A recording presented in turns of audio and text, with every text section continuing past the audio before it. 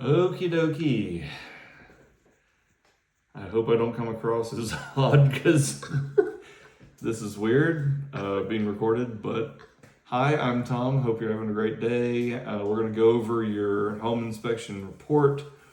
Do read the entire thing when you get it. First 10 pages, mostly checklists, but there are some FYIs and just so you knows. And I want you to catch those. They're not necessarily items for evaluation or correction, so they don't go in the summary. Outstanding realtors, such as Emily, know to go straight for the summary because that's the meat and potatoes, what you build your due diligence request off of, and she's going to guide you through that.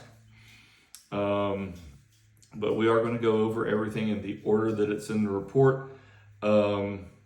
Definitely, I've already hit send on the email, so if you get it, hopefully, well, you'll probably see this video afterwards, but I usually tell people to listen to what I have to say before you read the report because sometimes it helps. The report's kind of the board's verbiage, which is a little unrealistic and more sensational. Maybe in a 26-year builder, I tend to keep it more realistic is what it is. So let's see.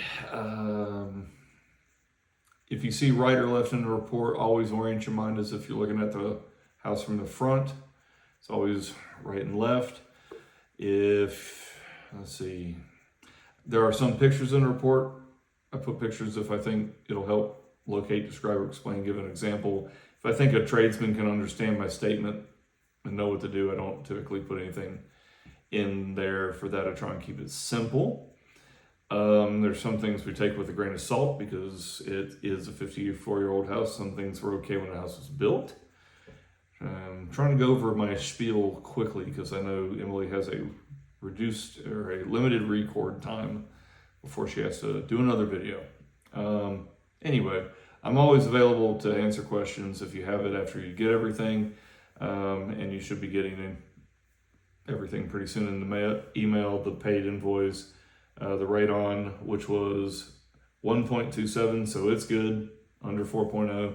It's like a third of what it would need to be before you're concerned. And the report. Waiting on the pest report, but the pest inspector didn't find anything. So as soon as I get that, I will just forward that to you. So we'll get into this, and I'm going to move kind of quick. So the first thing is something that freaks people out, but this is not a freak out situation. It's a 54-year-old home. There are some foundation cracks that I saw in various locations. Potential indications of settlement, but houses tend to settle in the first 2 years. These cracks have probably been here for years. If somebody was to ask me as a general contractor, being the 26-year builder that I am, what would I say about these? Touch them up with mortar, monitor them over time. I don't think they're anything that requires an engineer, but that's my opinion, which isn't allowed in the report, but they can't regulate the words that come out of my mouth. So you can get somebody to look at it, but I think they're just pretty typical for a 54-year-old house. There's also multiple foundation vents that are broken. They're just the old style that have a lever to open and close the flap. And you want to be able to do that for different times of the year, especially close them in the winter when it's cold. So just check all the vents, any that need to be repaired or replaced, just do that. This next thing, I'm technically don't have to report on it because it's not connected to the house, but there's a retaining wall at the rear left of the property around the patio, and it's cracked in a couple places, but it's not attached to the house. I'm not required to put it in the report, but I just put it there kind of for your general information. Let's see, in the crawl space, I would probably have somebody look at this. Of course, my pest inspector, he also used to work for a floor structure and foundation repair company, and he looked at it. He says he thinks it's already been remedied, but there are some things that probably do need to be repaired. There are many moisture affected, not like the whole underside of the house, but there's a number of moisture affected joists, some that have some minimal rot on the bottom of the joist, and not like the whole length of the joist, but just sort of spotty locations. There was probably a moisture issue in the crawl space at one time, but it's obviously new vapor barrier. But like I said, he used to do this work, and he said he thought it was done.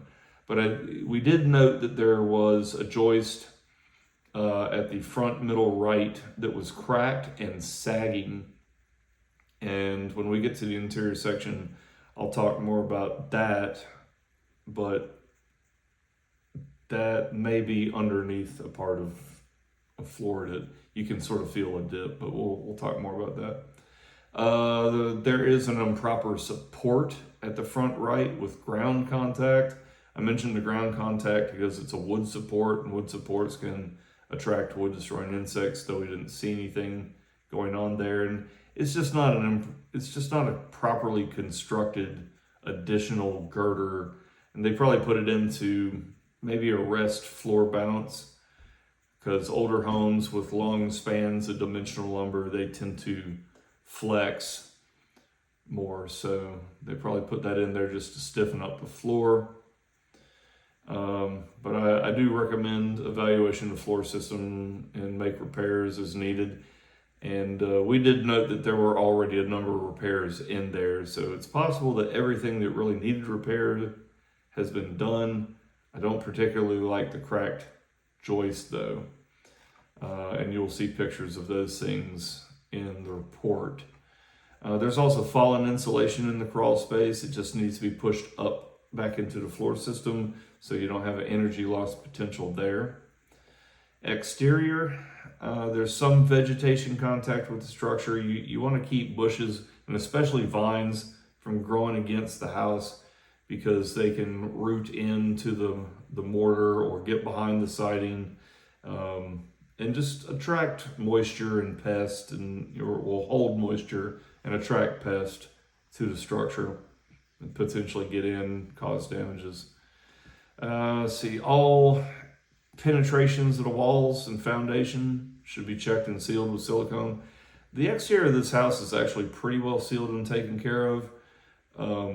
It's actually rather impressive that someone has done as good a job as they have on the outside.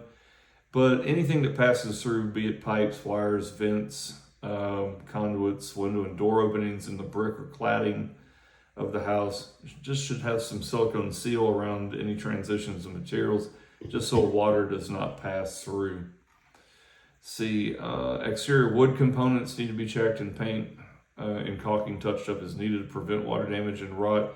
Very little out there actually needs touch up. Probably fairly well done not too long ago. I didn't see anything that needed replacement, just paint and caulking touch up. But anything wood, just check it all and touch it up as needed. This next thing, not required when the house was built, required now, so I figured I would mention it. There's no guardrails or handrails on the front porch or the side porch, and there are steps, which is a fall hazard. You trip, there's nothing to grab hold of, nothing to keep you from going off the edge on the landings. Let's see, the screen porch support columns are noted as substandard construction. Now, the floor system, and it's pretty low to the ground, so I didn't get that great a view, but it looks like it's well built. The only thing I don't like about it, they didn't do proper footers underneath the corner columns. They've got those little on-grade precast concrete things, and technically they're supposed to extend 12 inches in the ground below the frost depth and sit on a poured footer or a solid placed precast footer, not on grade with those supports.